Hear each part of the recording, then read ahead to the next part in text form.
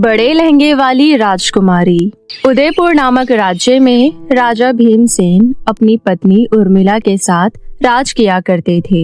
राजा भीमसेन की अमायरा नाम की एक बेटी भी थी। अमायरा दिखने में बहुत ही ज्यादा सुंदर थी। अमायरा की नीली नीली आंखें और भूरे बाल उसकी खूबसूरती पर चार चांद लगाते थे। इसलिए राजा और रानी राजकुमारी अमायरा को बचपन से ही रूई के फाहे की तरह बड़े ही ध्यान और प्यार से रखते थे। इसलिए शायद बड़े होने के साथ साथ वो बहुत ही जिद्दी और गुस्सैल किस्म की हो गई थी। अमायरा को ना सुनना बिल्कुल पसंद नहीं था।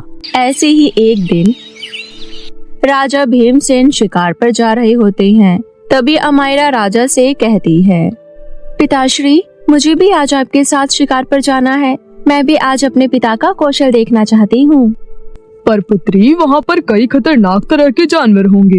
हो सकता है कि वो तुम्हें कोई नुकसान पहुँचा दे, और मैं नहीं चाहता कि मेरी फूल सी बच्ची को किसी भी तरह का कोई भी नुकसान पहुँचे। इसलिए अगर तुम राजमहल में रहो तो ज्यादा अच्छा है। पिताश्री, मैं राजमहल में रह रहकर थक चुकी हूँ। आप चिंता मत कीजिए, मुझे कोई नुकसान नहीं होगा। और आपने इतनी बड़ी सेना पाल रखी है, ये सिर्फ दिखावे के लिए थोड़ी है, ये मेरी रक्षा करेगी। इसके बाद अमायरा की जिद से हार कर राजा अमायरा को शिकार पर ले जाते हैं। जंगल पहुंचकर अमायरा देखती है कि उसके पिता बड़े बड़े जंगली सुअरों का शिकार कर रहे हैं। तभी अमायरा को एक सुंदर सा हिरण दिखता है और वो एक सिपाही से तीर लेकर उस हिरण पर चला देती है और वो हिरण वहीं मर जाता है। ये देखकर राजा अमायरा के पास आते हैं और कहते हैं, ये तुमने क्या किया पुत्री? वही जो आप कर रहे हैं। अमायरा, हमें ऐसे ही किसी को भी नहीं मारना है। मैं तो केवल जंगली सुअरों का शिकार कर रहा हूँ जो फसलों को और खेतों को नुकसान पहुँचाते हैं, परंतु तुमने एक बेकसूर हिरण को मार दिया। तुमने ये बिल्कुल भी सही नहीं किया। पिताश्री, आपने एक जंगल में घूमने वाले तुच्छ से जानवर के लिए मुझे इतनी बातें सुना दी। मुझे अब यहाँ पर और नहीं रहना। मैं वापस राजमहल जा रही हूँ। ऐसा कहकर अमायरा कुछ सिपाहियों को लेकर राजमहल वापस लौट जाती है। अमायरा को किसी की भी बातें सुनना पसंद नहीं था, चाहे वो स्वयं राजा ही क्यों ना हो। समय ऐसे ही बीत रहा होता है। एक दिन राजमहल में रशिया के राजा अलेक्जेंडर की बेटी मारिया आती है। मारिया का स्टाइल और फैशन बिल्कुल ही अलग था। मारिया को देखकर अमायरा बहुत ज्यादा खुश हो जाती है और कुछ ही दिनों में वो दोनों अच्छे दोस्त बन जाती है। तभी एक दिन मारिया अमायरा से कहती है, देखो मायरा, हमने तुम्हारे लिए तुम्हारी भाषा सीखी। अब हम चाहते हैं कि तुम हमारे देश आकर हमारी संस्कृति को सीखो। और वैसे भी तुम्हारा पहनावा देखकर हमें लगता है कि तुम्हें एक अच्छे काया पलट की जरूरत है। क्या तुम हमारे देश चलोगी? हाँ हाँ बिल्कुल। पर क्या तुम्हारे पिता इसकी इजाजत देंगे? हाँ बिल्कुल, मेरे पिताश्री मुझे किसी भी चीज के लिए ना नहीं करते, और वैसे भी मुझे ना सुनना पसंद भी नहीं है। इसके बाद अमायरा राजा के पास जाती है और अपनी बात मनवा ही लेती है और मारिया के साथ रशिया चली जाती है। रशिया जाकर अमायरा वहाँ बहुत अलग अलग तरह के फैशन देखती और सीखती है, और जब वो अपने देश आती है तो वहाँ से ढेर सारे अलग अलग तरह के कपड़े लेकर आती है। जैसे ही वो राजमहल पहुँचती है तो राजा अमायरा को देखकर बहुत खुश हो जाते हैं। आखिरकार आप आ ही गई। हम आपको पूरे 3 महीने बाद देख रहे हैं। कितना लंबा समय हो गया आपसे मिले हुए। आप कैसी हैं? वहाँ आपको कोई दिक्कत तो नहीं हुई ना? मैं बिल्कुल ठीक हूँ पिताश्री, और हाँ, मुझे कोई दिक्कत नहीं हुई, बल्कि मैं तो वहाँ खुश थी। तभी राजा का ध्यान अमायरा के पहनावे पर जाता है। अमायरा खड़ी तो राजमहल के अंदर थी, परंतु उसका लहंगा अभी भी राजमहल के द्वार पर था। अमायरा, ये क्या? तुम्हारा लहंगा इतना बड़ा और लंबा कैसे है? ये तो बाहर राजमहल के द्वार तक जा रहा है। पिताश्री, आप नहीं जानते, ये एक नया और बहुत ही अद्भुत पहनावा है जिसे रशिया के लोग पहनते हैं और वो बहुत ही ज्यादा सुंदर लगते हैं। इसलिए अब से मैं भी इसी तरह के कपड़े पहनूंगी और मेरा लहंगा अब इसी तरह लंबा और बड़ा रहेगा। राजा बहुत कुछ कहना चाहते थे, परंतु उनकी बेटी इतने दिनों बाद लौटी थी, इसलिए वो कुछ नहीं कहते और अपनी बेटी को आराम करने के लिए उसके कक्ष में भेज देते हैं। थोड़ी देर बाद रानी उर्मिला अमायरा के कक्ष में आती है और देखती है कि अमायरा का लहंगा पूरे कक्ष में फैला हुआ है। अमायरा, मैं अच्छे से जानती हूँ कि हमारे पास बहुत पैसा है और हमें कपड़े खरीदने के लिए कोई रोक टोक नहीं है। पर इसका मतलब ये तो नहीं कि तुम अपने लहंगे में इतना कपड़ा लगा लो कि तुम्हारा पूरा कक्ष उससे भर जाए। अरे माँ, आप ये सब नहीं समझ पाएंगी। ये सब नया फैशन है जिसे रशिया के लोग समझते भी है और पहनते भी है। और अब से मैं भी इसी तरह के कपड़े पहनूंगी। मुझे भी शाही महसूस करना है और मुझे उन मामूली लहंगों में शाही महसूस नहीं होता। इसलिए अब से मैं इसी तरह के लंबे और बड़े लहंगे पहनूंगी। परंतु इससे तुम्हें कई तरह की दिक्कतों का सामना करना पड़ सकता है। आप चिंता मत कीजिए, ऐसा कुछ नहीं होगा। उर्मिला की बात बिल्कुल सही थी, परंतु अमायरा कुछ समझना ही नहीं चाहती थी। आराम करने के बाद अमायरा अपने कक्ष से जैसे ही बाहर निकलती है, उसका पैर अपने ही लहंगे में फंस जाता है और बड़ी जोर से नीचे गिर जाती है, जिस कारण उसके हाथ में चोट लग जाती है और एक दासी भागकर अमायरा के पास आती है। राजकुमारी, आप ठीक तो है ना? आपको तो हाथ में चोट लग गई। चलिए मैं आपकी चोट पर पट्टी कर देती हूँ। मैं बिल्कुल ठीक हूँ। और हाँ, इस बारे में किसी को बताना मत। किस बारे में राजकुमारी? यही कि मैं अपने लहंगे में फंसकर गिर गई। मैं नहीं चाहती कि कोई मुझे गलत साबित करे। समझ गई तुम? आपका हुक्म सर, आंखों पर। इसके बाद अमायरा पट्टी करवाकर राजमहल के बगीचे में पहुंच जाती है। राजा भी उसी बगीचे में घूम रहे होते हैं। जैसे ही वो अमायरा को देखते हैं, वो कहते हैं, अरे पुत्री, ये तुम्हारे हाथ में चोट कैसी? कुछ नहीं पिताश्री, वो एक फूलदान मेरे हाथ पर गिर गया था, उसी वजह से थोड़ी चोट लग गई। पुत्री, आप अपना ध्यान रखा कीजिए। आपको पता है ना हम आपसे कितना प्यार करते हैं। हम आपको किसी भी दुख या दर्द में नहीं देख सकते। तभी राजा का ध्यान अमायरा के पूरे बगीचे में फैले लहंगे पर जाता है और वो मंद मंद मुस्कुरा पड़ते हैं, जिसे देखकर अमायरा कहती है, क्या हो गया पिताश्री, आप ऐसे मुस्कुरा क्यों रहे हैं? वो इसलिए पुत्री, क्योंकि आज बगीचे के माली के लिए काम आसान हो गया। मैं कुछ समझी नहीं। पीछे मुड़कर देखो, तुम्हारे इस लंबे और बड़े लहंगे ने पूरे बगीचे के सूखे पत्तों और कचरों को इकट्ठा कर लिया है और माली का काम आसान कर दिया है। राजा की ये बात सुनकर वहाँ खड़ा माली भी मुस्कुरा पड़ता है और ये सब देखकर अमायरा गुस्से में अपने कक्ष में चली जाती है। परंतु उसके सर से अभी भी लंबे और बड़े लहंगे का शौक नहीं उतरता। फिर ऐसे ही एक दिन राजा अमायरा के पास आते हैं और कहते हैं, पुत्री, कुछ ही दिनों में राज परिवार दर्शन का पर्व आने वाला है। तुम तो जानती ही हो, इस पर्व में राज परिवार के सभी सदस्य रथ में बैठकर पूरे राज्य का भ्रमण करते हैं और राज्य की जनता को उनके अच्छे कार्यों के लिए पुरस्कृत भी करते हैं। तो इस बार भी तुम्हें हमारे साथ इस पर्व का हिस्सा बनना होगा। मुझे अच्छे से याद है पिताश्री, और मैं इस भ्रमण में शामिल भी जरूर होंगी। बल्कि मैंने तो पहले से ही इस पर्व पर पहनने के लिए एक बहुत ही लंबा और सुंदर लहंगा निकाल कर रखा है। इस लहंगे को देखकर हमारे राज्य की पूरी जनता की आंखें चमक उठेगी और वो केवल मुझे ही देखते रह जाएंगे। आप इस लहंगे को संभाल तो लेंगी ना? हमें आपकी चिंता हो रही है। आप चिंता मत कीजिए पिताश्री, अब मुझे इसकी आदत हो गई है और मुझे इसे अच्छे से संभालना भी आ गया है। धीरे धीरे करके 2 दिन का समय बीत जाता है और पर्व का दिन आ जाता है। राजमहल के सारे सदस्य अच्छे से तैयार होकर रथ में बैठ जाते हैं। अमायरा को थोड़ी देर लगती है, लेकिन वो भी अपने उस लंबे और बड़े लहंगे को अपनी वेशभूषा बनाकर रथ में बैठ जाती है और वो लोग राज्य का भ्रमण करने लगते हैं। इसके बाद वो लोग रथ से नीचे उतरकर जनता में से अच्छा कार्य करने वालों को पुरस्कृत भी करते हैं। लेकिन फिर जैसे ही अमायरा वापस से रथ में चढ़ती है तो उसका लहंगा रथ के पहिए में फंस जाता है।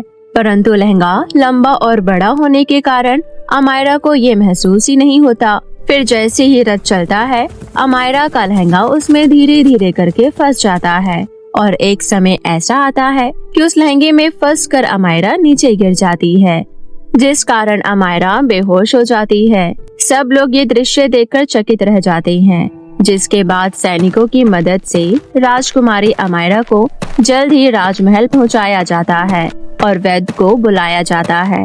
वैद्य अमायरा का निरीक्षण करके राजा से कहते हैं, महाराज, चिंता की कोई बात नहीं है। सर में हल्की सी चोट आई है और पैरों में भी एक हल्का सा झटका लगा है। राजकुमारी पूरी तरीके से ठीक है। मैंने कितनी बार अमायरा को मना किया कि इस तरह का लहंगा ना पहना करे। वो तो भगवान की कृपा रही, कोई बड़ा हादसा नहीं हुआ। वरना रथ से गिरकर अगर वो पहिए के नीचे आ जाती तो ना जाने क्या हो जाता। आप सही कह रही हैं। अब हमें राजकुमारी को सबक सिखाना होगा, वरना राजकुमारी की ये जिद एक दिन एक बड़े हादसे को जन्म दे देगी। इसके बाद राजा रानी से कुछ कहते हैं और फिर वो दोनों एक दूसरे की तरफ देखकर हामी भर देते हैं।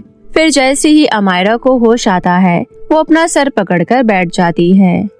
आह, मेरा सर कितना दुख रहा है। फिर अमायरा जैसे ही अपने सामने देखती है तो उसे अपनी माँ और पिता की आंखों में आंसू दिखाई देते हैं। अमायरा ये देखकर हैरान रह जाती है और कहती है, क्या हो गया? आप लोग रो क्यों रहे हैं? पिताश्री, माँ, सब ठीक तो है ना? कुछ भी ठीक नहीं है। हमने तुम्हें कितनी बार मना किया कि उस बड़े और लंबे लहंगे को मत पहनो, एक दिन वो तुम्हारे लिए मुसीबत बन जाएगा, परंतु तुमने हमारी बात कभी नहीं मानी। अब देखो क्या हो गया।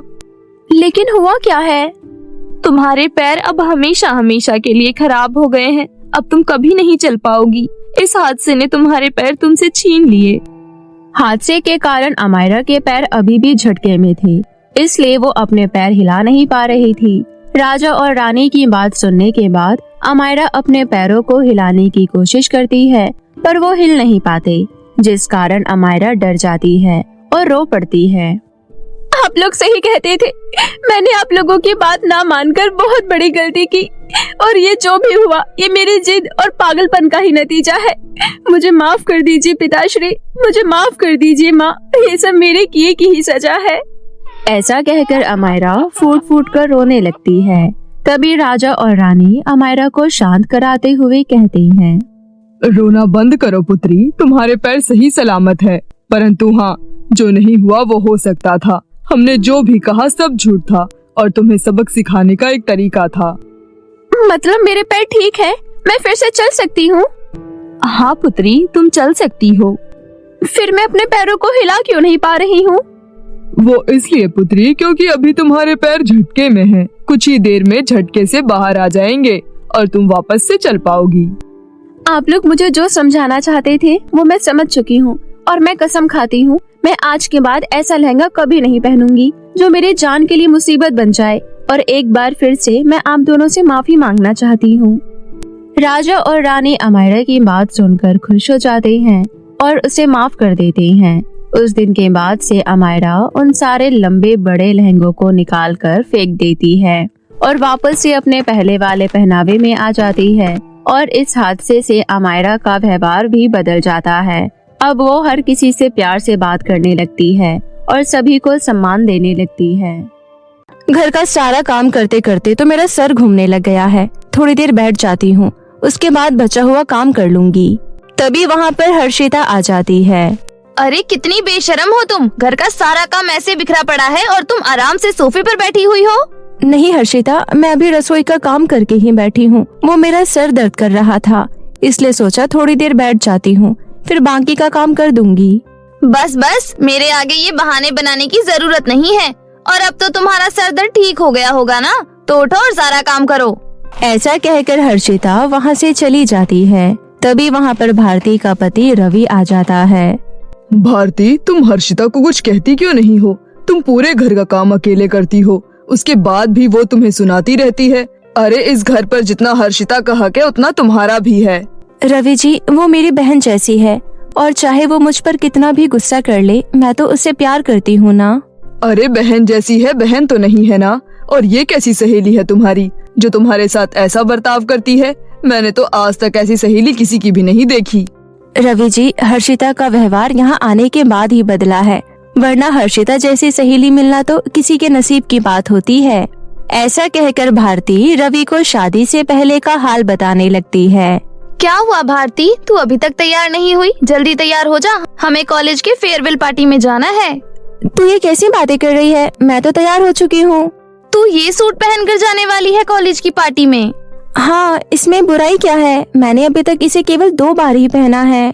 अरे मेरी बुद्धू फ्रेंड, हम फेयरवेल पार्टी में जा रहे हैं, किसी की शादी में नहीं। और मुझे पता ही था तू कुछ ऐसा करेगी, इसलिए मैं तेरे लिए ये फैंसी सा गाउन लेकर आई हूँ। पर ये गाउन तो बहुत महंगा लग रहा है, मैं इसके पैसे नहीं चुका सकती। मैंने तुझे कहाँ कहा कि तू मुझे पैसे दे? मैं तो ये अपनी तरफ से तेरे लिए गिफ्ट लेकर आई हूँ। अब जल्दी से इसे पहन ले, नहीं तो हम यहाँ बातें करते रह जाएंगे और वहाँ फेयरवेल का फंक्शन ही खत्म हो जाएगा। सच में हर्षिता, तुम दुनिया की सबसे अच्छी फ्रेंड हो और मैं बहुत ही खुशकिस्मत हूँ जो तुम मुझे फ्रेंड के रूप में मिली। ऐसा कहकर भारती हर्षिता को गले लगा लेती है। भारती के पिता एक मामूली मजदूर थे। वो फैक्ट्री में काम किया करते थे, जबकि हर्षिता के पिता फैक्ट्री के मालिक थे। हर्षिता के पिता की शहर में कई तरह की फैक्ट्रियां थी, इसी वजह से वो लोग काफी अमीर थे। परंतु इस बात का हर्षिता और भारती की दोस्ती पर कोई फर्क नहीं पड़ता था। वो एक दूसरे के साथ हमेशा खुश रहती थी और अपने सुख दुख बांटती थी। दिन ऐसे ही बीत रहे थे। एक दिन हर्षिता को देखने के लिए लड़के वाले आते हैं। लड़के वालों के परिवार में से लड़का, उसका छोटा भाई और उसके माता पिता आए होते हैं। भारती, तुझे अच्छे अच्छे हेयर स्टाइल बनाने आते हैं ना? जल्दी से मेरा एक अच्छा सा हेयर स्टाइल बना दे। मैं चाहती हूँ कि मैं लड़के वालों के सामने बहुत ही अच्छी दिखूं, ताकि वो लोग मुझे देखते ही पसंद कर लें। पापा ने बताया है वो लोग बहुत ही अमीर हैं और साथ ही साथ लड़का भी बहुत हैंडसम है। ये तो बहुत ही अच्छी बात है और तू टेंशन मत ले, मैं हूँ ना, मुझ पर विश्वास रख। तुझ पर तो मुझे पूरा भरोसा है। इसके थोड़ी देर बाद हर्षिता चाय लेकर लड़के वालों के सामने जाती है। बहन जी, आपकी बेटी तो सच में बहुत ही खूबसूरत है। आपने जितनी तारीफ की थी उससे भी ज्यादा। देखिए, मुझे तो लड़की पसंद है। एक बार मैं अपने बेटे से पूछ लेती हूँ। लड़के की माँ लड़के से पूछने जा ही रही होती है कि तभी भारती मेहमानों के लिए नाश्ता लेकर वहाँ पर आ जाती है। जो लड़का हर्षिता को देखने आया होता है उसे भारती पसंद आ जाती है और वो लड़का कोई और नहीं, रवि ही होता है। बता रवि, तुझे हर्षिता कैसी लगी? माँ, मुझे हर्षिता की ये सहेली भारती पसंद है। मैं इसी से शादी करना चाहता हूँ। ये तो कैसी बातें कर रहा है? हम यहाँ हर्षिता को देखने आए हैं, उसकी नौकरानी को नहीं। ऐसा मत कहिए माँ। और हाँ, मैंने अपना मन बना लिया है। मैं शादी करूँगा तो सिर्फ भारती से ही। फिर वो लोग थोड़ा सोच विचार करते हैं और फिर लड़के की माँ कहती है, देखिए, हम तो यहाँ हर्षिता को बहू बनाने आए थे और बहू बनाकर ही ले जाएंगे। ये मेरा छोटा बेटा है दिनेश, इसे हर्षिता बहुत पसंद है। अगर आप हाँ करें तो हम रिश्ता पक्का समझे। हर्षिता के माता पिता हाँ कर देते हैं और फिर एक ही मंडप पर हर्षिता और भारती दोनों की शादी हो जाती है। इस बात का हर्षिता को बुरा तो लगता है, परंतु फिर उसे लगता है कि भारती की इसमें कोई गलती नहीं है, इसलिए वो इस बात को ज्यादा लंबा नहीं खींचती। परंतु हर्षिता की सास कामिनी बहुत ही दुष्ट किस्म की औरत थी। उसे भारती का अपने घर में रहना बिल्कुल भी पसंद नहीं था। मैंने तो सोचा था किसी अमीर बाप की बेटी को ही अपने घर की बहू बनाऊंगी, पर ना जाने इस रवि की बुद्धि कैसे फिर गई, जो ये मजदूर की बेटी हमारे घर आ गई। पर अब ये यहाँ चैन से नहीं जी पाएगी। अगर मैंने इसके ससुराल को नरक ना बना दिया तो मेरा नाम भी कामिनी नहीं। फिर ऐसे ही एक दिन कामिनी हर्षिता के पास जाती है। हर्षिता बहू, मैं जानती हूँ तुम्हें कितना बुरा लग रहा होगा। कहाँ तुम्हारी शादी मेरे बड़े बेटे से होने वाली थी और कहाँ अब तुम छोटी बहू बनकर रह गई। हाँ माँ जी, मुझे बुरा तो लगा था, परंतु होनी में जो लिखा होता है वही होता है, तो दुखी होकर रहने से क्या फायदा। सच में मैं तो बहुत खुश हूँ कि तुम मेरी बहू बनकर आई। तुम्हारा दिल कितना बड़ा है, परंतु वो भारती, वो मुझे बिल्कुल भी पसंद नहीं है। आप ऐसा क्यों कह रही हैं माँ जी? अरे, मैंने उसका दूसरा रूप देखा है कि किस तरह से उसने तुम्हें पीछे करके खुद को रवि के आगे किया और रवि को रिझाने की कोशिश की। शायद तुम एक दोस्त होने के नाते उसकी हरकतें देख नहीं पाई, पर मेरी आंखें उस पर ही थी। उसने अपनी अदाओं से रवि को रिझाया, इसलिए रवि उसके लिए इतना पागल हो गया। हर्षिता कुछ नहीं कहती और वहाँ से चली जाती है। कामिनी धीरे धीरे हर्षिता को भारती के खिलाफ भड़काने लगती है और अब धीरे धीरे हर्षिता का व्यवहार भारती के लिए बदलने लगता है। सुनो भारती, जल्दी से उठकर घर का झाड़ू पोछा कर दो और उससे पहले मेरे कमरे में 1 कप कॉफी भेज देना। हर्षिता, मेरे कमर में आज बहुत दर्द हो रहा है। अगर आज काम में तुम मेरी मदद करा दो तो मुझे थोड़ा आराम मिल जाएगा। तुझे आराम की क्या जरूरत है? आखिर तू है तो एक मजदूर की बेटी ही, और मजदूर केवल काम करने के लिए बना होता है और तू भी काम करने के लिए ही बनी है, इसलिए काम कर। तुझे एक अच्छा ससुराल मिल गया है, इसका मतलब ये नहीं कि तू कामचोर बन जाएगी। अब जल्दी काम कर और मेरी कॉफी भेजना मत भूलना। बड़ी आई मुझसे काम करवाने वाली। ऐसा कहकर हर्षिता अपने कमरे में चली जाती है। बेचारी भारती कमर दर्द होने के बावजूद भी अकेला सारा घर का काम करती है। समय ऐसे ही बीत रहा होता है। एक दिन हर्षिता अपना ट्रैवल बैग पैक कर रही होती है, तभी भारती वहाँ आ जाती है। हर्षिता, तुम कहीं जा रही हो क्या? हाँ, अपने जॉब के सिलसिले में कुछ दिनों के लिए विदेश जा रही हूँ और अगर ये ट्रिप सक्सेसफुल रही तो मुझे बहुत बड़ा प्रमोशन मिल जाएगा। अगर ऐसा हुआ तो मेरी सैलरी दुगनी हो जाएगी। अच्छा, ये मेरी टिकट और पासपोर्ट है, इसे संभाल कर रखना, मुझे अभी थोड़ा काम है, वरना मैं तुम्हें नहीं बोलती। और हाँ, एक बात याद रखना, ये टिकट और पासपोर्ट मेरे लिए मेरी जान से ज्यादा कीमती है, तो इन्हें कुछ नहीं होना चाहिए। ठीक है, तुम चिंता मत करो, मैं इसका अच्छे से ध्यान रखूंगी। इसके बाद हर्षिता नहाने चली जाती है। भारती उस टिकट और पासपोर्ट को अपनी अलमारी में रख देती है और घर का काम करने चली जाती है। कामिनी ये सब देख रही होती है और वो मौका देखकर भारती के अलमारी में से वो पासपोर्ट टिकट निकाल लेती है और उसके टुकड़े करके हर्षिता के कमरे के डस्टबिन में डाल देती है। फिर हर्षिता जैसे ही कमरे में आती है, उसका पाँव डस्टबिन पर लगता है और डस्टबिन पलट जाता है। पहले तो हर्षिता उस पर ध्यान नहीं देती, फिर एकदम से जैसे ही उसकी नजर डस्टबिन से निकले कागजों पर जाती है तो उसकी चीख निकल जाती है, जिसे सुनकर भारती वहाँ आ जाती है। क्या हुआ हर्षिता, तुम ठीक तो हो ना? आखिर तुमने अपना असली रूप दिखा ही दिया ना। तुम चाहती ही नहीं थी ना कि मैं अपनी जिंदगी में तरक्की करूं? अरे क्या हुआ है, तुम ऐसा क्यों कह रही हो? मैंने तुम्हें वो टिकट और पासपोर्ट संभाल के रखने के लिए दिया था और तुमने इसके टुकड़े टुकड़े करके मेरे ही कमरे के डस्टबिन में डाल दिए। मैं तो तुम्हें अपनी सहेली समझती थी, परंतु तुमसे अच्छी तो दुश्मन होती है, कम से कम सामने से तो वार करती है। भारती हर्षिता को समझाने की कोशिश करती है कि उसने ये सब कुछ नहीं किया, परंतु हर्षिता भारती की एक नहीं सुनती। रवि भी ये सब देख रहा होता है। रवि देखता है कि इस लड़ाई में सभी दुखी हैं, परंतु केवल एक इंसान है जो खुश दिखाई दे रहा है और वो है उसकी माँ कामिनी।